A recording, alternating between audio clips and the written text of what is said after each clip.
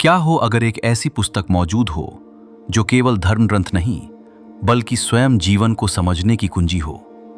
क्या हो अगर हजारों वर्ष पहले युद्ध भूमि में बोला गया ज्ञान आज भी मनुष्य के हर भय, हर दुख और हर प्रश्न का उत्तर देता हो। और क्या हो अगर गीता का सबसे बड़ा रहस्य वो हो जिसे अधिकांश लोग आज तक समझ ही नहीं पाए। आज की इस रहस्यमयी यात्रा में हम प्रवेश करेंगे उस ज्ञान के भीतर जिसने अर्जुन जैसे महान योद्धा को निराशा से उठाकर अमर बना दिया। स्वागत है आपका पार्थ स्टोरी ऑडियो बुक्स में। महाभारत का युद्ध शुरू होने वाला था। कुरुक्षेत्र की धरती पर लाखों योद्धा खड़े थे। शंख बज चुके थे। आकाश युद्ध की गर्जना से कांप रहा था। लेकिन उसी क्षण एक ऐसा दृश्य हुआ जिसने इतिहास बदल दिया। अर्जुन, जो संसार के सबसे महान धनुर्धरों में से एक थे, अचानक अपने ही रथ में बैठ गए। उनके हाथ कांपने लगे, आंखों में आंसू भर आए। उन्होंने अपने ही गुरु, अपने ही परिवार और अपने ही मित्रों को सामने खड़ा देखा। उनका मन टूट गया। अर्जुन ने भगवान कृष्ण से कहा कि वो ये युद्ध नहीं लड़ सकते। उन्हें लगा कि अपने ही लोगों का वध करके मिलने वाला राज्य व्यर्थ है। उसी क्षण भगवान कृष्ण मुस्कुराए, क्योंकि वे जानते थे कि अर्जुन केवल युद्ध से नहीं डर रहे थे। अर्जुन उस भ्रम में फंस गए थे जिसमें पूरी मानवता आज भी फंसी हुई है। यही वो क्षण था जहां से गीता का ज्ञान शुरू हुआ।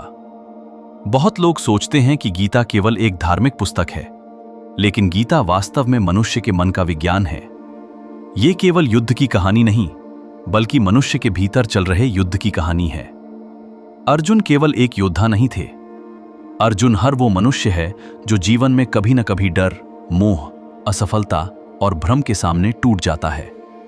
और कृष्ण केवल एक सारथी नहीं थे। वे चेतना की वो आवाज थे जो मनुष्य को उसके वास्तविक स्वरूप की याद दिलाती है। गीता का सबसे बड़ा रहस्य यही है कि ये युद्ध बाहर नहीं बल्कि भीतर का युद्ध है। हर मनुष्य के भीतर एक कुरुक्षेत्र मौजूद है। एक तरफ भय, क्रोध, लालच और मोह खड़े हैं।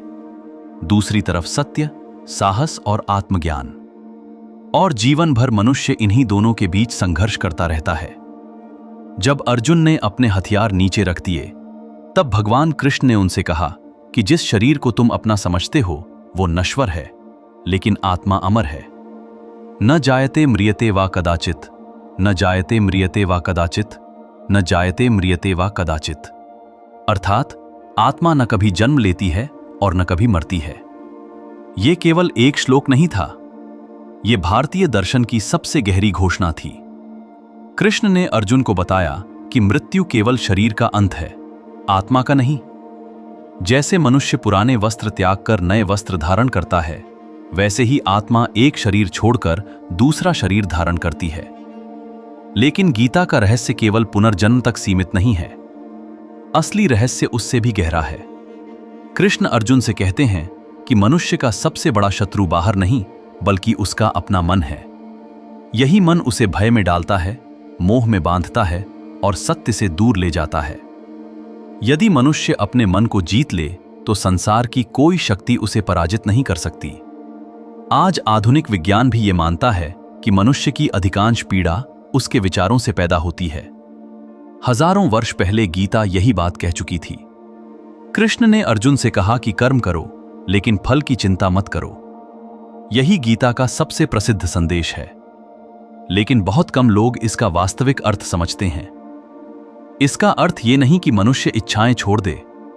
इसका अर्थ ये है कि मनुष्य अपना कर्म पूरी निष्ठा से करे, लेकिन परिणाम के भय में स्वयं को न खो दे।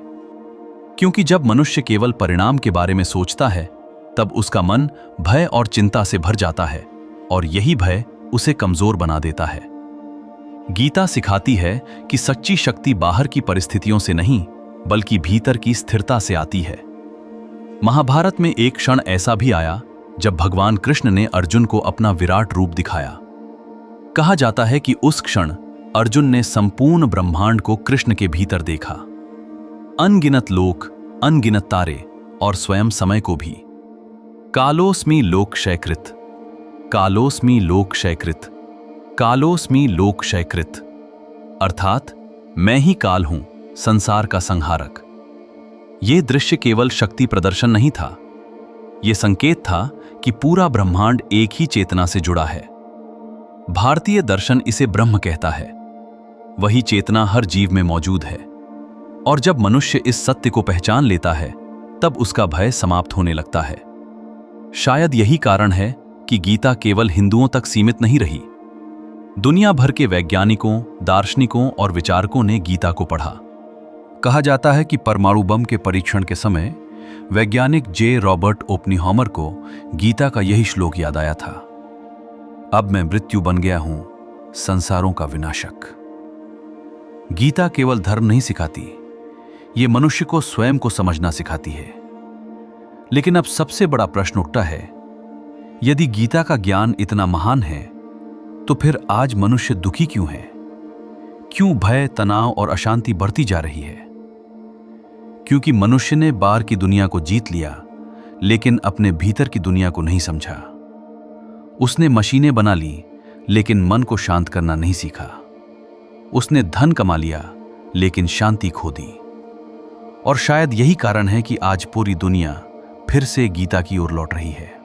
गीता कहती है कि मनुष्य का वास्तविक स्वरूप शरीर नहीं बल्कि आत्मा है, और जब तक वो स्वयं को केवल शरीर समझता रहेगा तब तक भय उसका पीछा नहीं छोड़ेगा, क्योंकि शरीर नश्वर है लेकिन आत्मा नहीं।